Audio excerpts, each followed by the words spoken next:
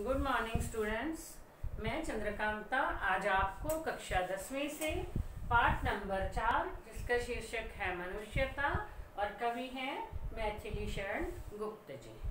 तो उस कविता के पद्यांश हैं, उनका सरलार्थ तथा साथ ही साथ उन पद्यांशों पर आधारित प्रश्नों के उत्तर समझाऊंगी। इससे पहले भी मैंने आपको वीडियो में 3 पद्यांशों का सरलार्थ और उससे संबंधित प्रश्न उत्तर जो है वो भेज दिए हैं, यानी मैंने समझा दिए थे। आज हम उससे आगे का पद्यांश शुरू करते हैं। तो चलो जल्दी से शुरू करते हैं।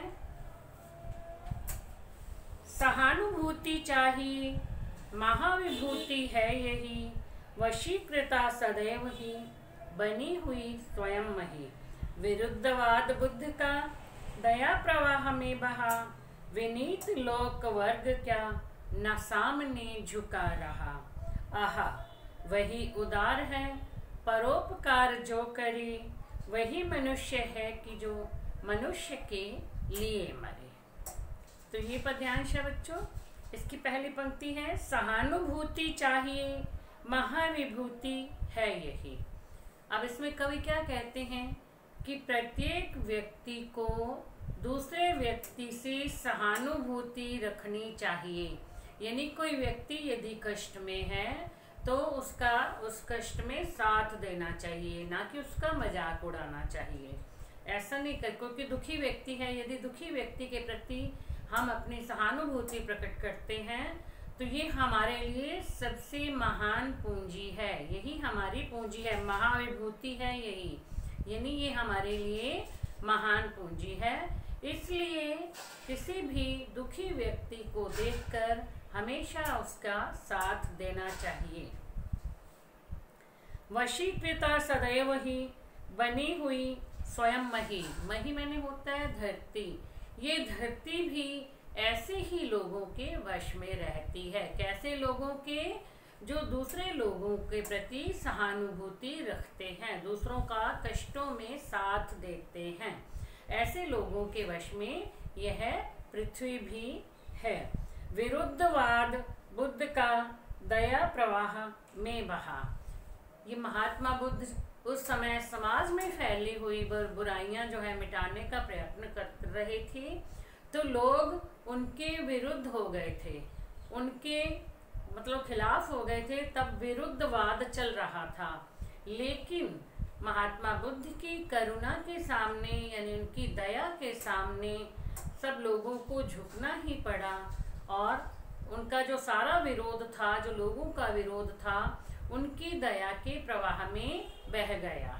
यानी वो हमेशा ही दयालु और करुणा में रहते थे। वो किसी के प्रति भी, चाहे उनके विरुद्ध थे लोग, लेकिन वो फिर भी किसी से कुछ नहीं कहते थे, और लोग बहुत खिलाफ हो गए थे, लेकिन आखिर में उन्हें उनके सामने झुकना ही पड़ा। आहा वही उदार है परोपकार जो करे। अब क्या कहते हैं कवि? वास्तव में उदार व्यक्ति वही होता है जो परोपकार करता है, यानी विशाल हृदय वाला, बड़े हृदय वाला व्यक्ति वही होता है जो दूसरों की भलाई के काम करता है, केवल अपने बारे में नहीं सोचता। वही मनुष्य है कि जो मनुष्य के लिए मरे, क्योंकि वास्तव में सच्चा मनुष्य वही होता है जो स्वयं के लिए न जीकर दूसरों के लिए जीता और मरता है। अब इसमें प्रश्न है कि महाविभूति क्या है?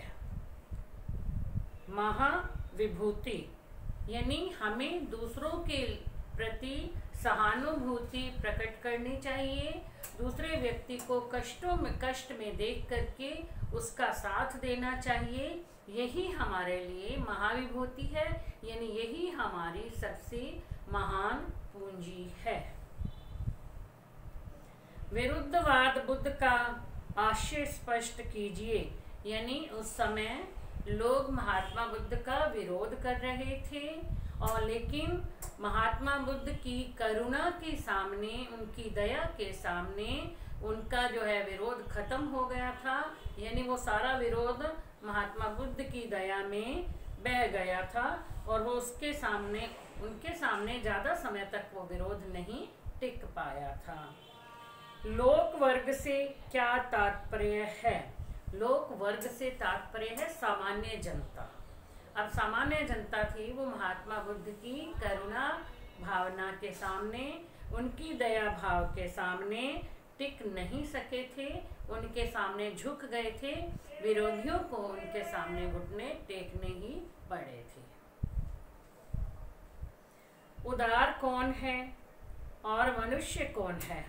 उदार व्यक्ति वह है जो परोपकार अर्थात दूसरों की भलाई का काम करता है, और वास्तव में सच्चा मनुष्य वही होता है जो स्वयं के लिए ना जी करके दूसरों के लिए जीता और मरता है। तो इस तरह से बच्चों पद्यांश के बीच में से ही प्रश्न बन रहे हैं, उनके प्रश्नों के उत्तर आपको हिंदी में ही देने हैं। यदि आपने इसका सरलार्थ याद कर लिया, आपको सरलार्थ याद हो गया, तो प्रश्नों का उत्तर देना कोई मुश्किल नहीं होगा, क्योंकि उसी के अंदर से ही प्रश्न बने। तो अगला है, रहो न भूल के कभी मदांध तुच्छ वित्त में, सनाथ जान आपको करो न गर्व चित्त में। अनाथ कौन है यहाँ? त्रिलोकीनाथ साथ हैं, दयालु दीन बंधु के बड़े विशाल हाथ हैं। अतीव भाग्यहीन है, अधीर भाव जो करे, वही मनुष्य है कि जो मनुष्य के लिए मरे। तो चलो इसका सरलार्थ करते हैं। रहो न भूल के कभी मदांध तुच्छ वित्त में। अब इसमें कवि मनुष्य को समझाना चाहते हैं कि हमें भूल कर भी धन के लिए घमंड नहीं करना चाहिए। यदि हमारे पास धन है तो हमारे मन में अहंकार की भावना आ जाती है, तो ऐसा नहीं होना चाहिए, क्योंकि इस धन का कुछ नहीं पता आज है और कल होगा या नहीं होगा। धन तो आनी जानी चीज है, इसलिए भूल कर भी अपने मन में धन का यानी पैसे का अहंकार नहीं करना चाहिए। सनाथ जान आपको करो न गर्व चित्त में, और कभी भी अपने मन में इस बात का भी घमंड नहीं करना चाहिए कि हम सनाथ हैं, यानी हमारे पास धन है, हमारे सगे संबंधी हैं तो हम सनाथ हैं, और बाकी जो व्यक्ति दूसरे हैं वो अनाथ हैं। अनाथ जिनके ऊपर किसी का साया नहीं होता, यानी माता पिता का साया नहीं होता, तो उन्हें अनाथ कहा जाता है, और जिन पर माता पिता का साया होता है वो सनाथ होते हैं। तो कवि कहते हैं कि खुद को सनाथ समझ करके कि हमारे पास तो सब कुछ है, तो इस बात का कभी भी घमंड नहीं करना चाहिए, क्योंकि अनाथ कोई भी व्यक्ति नहीं है। अनाथ कौन है यहाँ? त्रिलोकीनाथ साथ हैं। कवि कहते हैं कि इस संसार में कोई भी व्यक्ति अनाथ नहीं है, क्योंकि त्रिलोकीनाथ यानी तीन लोकों के नाथ प्रभु वो स्वयं जो है अपने बच्चों के साथ हैं, इसलिए कोई भी अनाथ नहीं है। दयालु दीन बंधु के बड़े विशाल हाथ हैं। जो दीन बंधु परमात्मा हैं वो बड़े ही दयालु हैं, और उनके बड़े विशाल हाथ हैं, यानी सब लोगों के सिर पर, हर व्यक्ति के सिर पर वो अपना हाथ धरे हुए हैं, यानी ये भगवान ही, ये प्रभु ही सबकी रक्षा करते हैं, और उनकी छत्र छाया में रह करके हर व्यक्ति सनाथ है और कुशल है। अतीव भाग्यहीन है, अधीर भाव जो करे।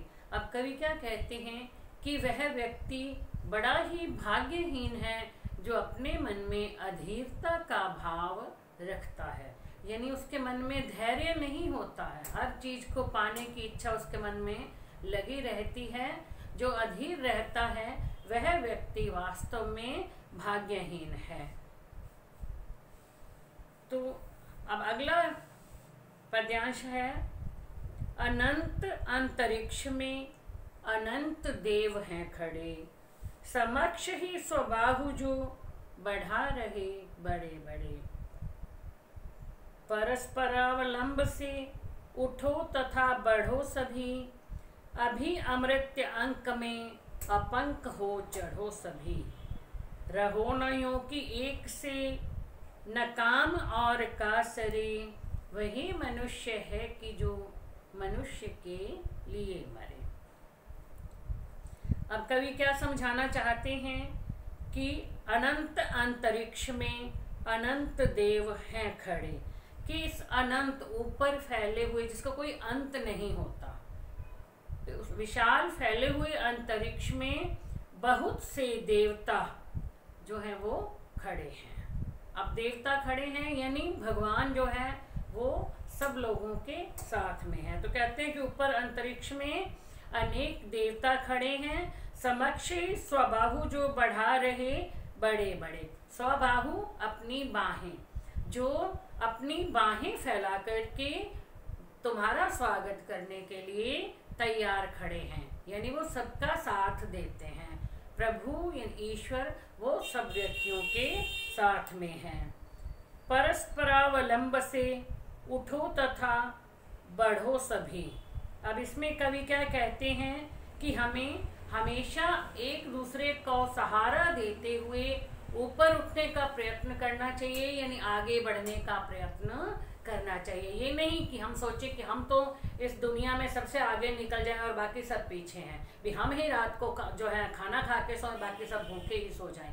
ऐसे हमारे मन में बात नहीं आनी चाहिए, बल्कि सबको साथ में लेकर के आगे बढ़ना चाहिए और ऊपर उठना चाहिए, क्योंकि ये संसार तो मरणशील है। इसमें प्रत्येक व्यक्ति की मृत्यु निश्चित है। जिसने जन्म लिया है उसका मरना भी निश्चित ही है।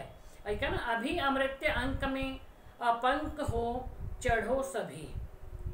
अमृत्य होता है यानी इस संसार में यदि हम आए हैं तो हमारी मृत्यु जो है वो निश्चित ही है। अब कवि क्या कहते हैं भी हमेशा एक दूसरे को सहारा देते हुए आगे बढ़ो, क्योंकि यह संसार जो है मरणशील है और यहाँ पर जो आया है उसे मरना ही मरना है। तो रहो ना यूं कि एक से न काम और कासरे। अब यहाँ रहते हुए इस प्रकार से नहीं रहना चाहिए कि हम एक दूसरे के काम ही ना आ सके, यानी एक व्यक्ति से दूसरे का काम न सरे, कहा ना, मतलब एक व्यक्ति से दूसरे का काम पूरा ना हो, ऐसा नहीं होना चाहिए। सभी व्यक्ति एक दूसरे के काम में आए, यानी दुखों में भी एक दूसरे का साथ दें और सुख में भी एक दूसरे का साथ दें, क्योंकि वास्तव में सच्चा मनुष्य वही होता है जो अपने लिए न जी करके दूसरों के लिए जीता और मरता है। तो अभी इसके प्रश्न है, अंतरिक्ष में कौन और किस लिए खड़े हैं। अंतरिक्ष में अनेक देवता अपनी बाहें फैलाए हुए खड़े हैं। किसके लिए खड़े हैं?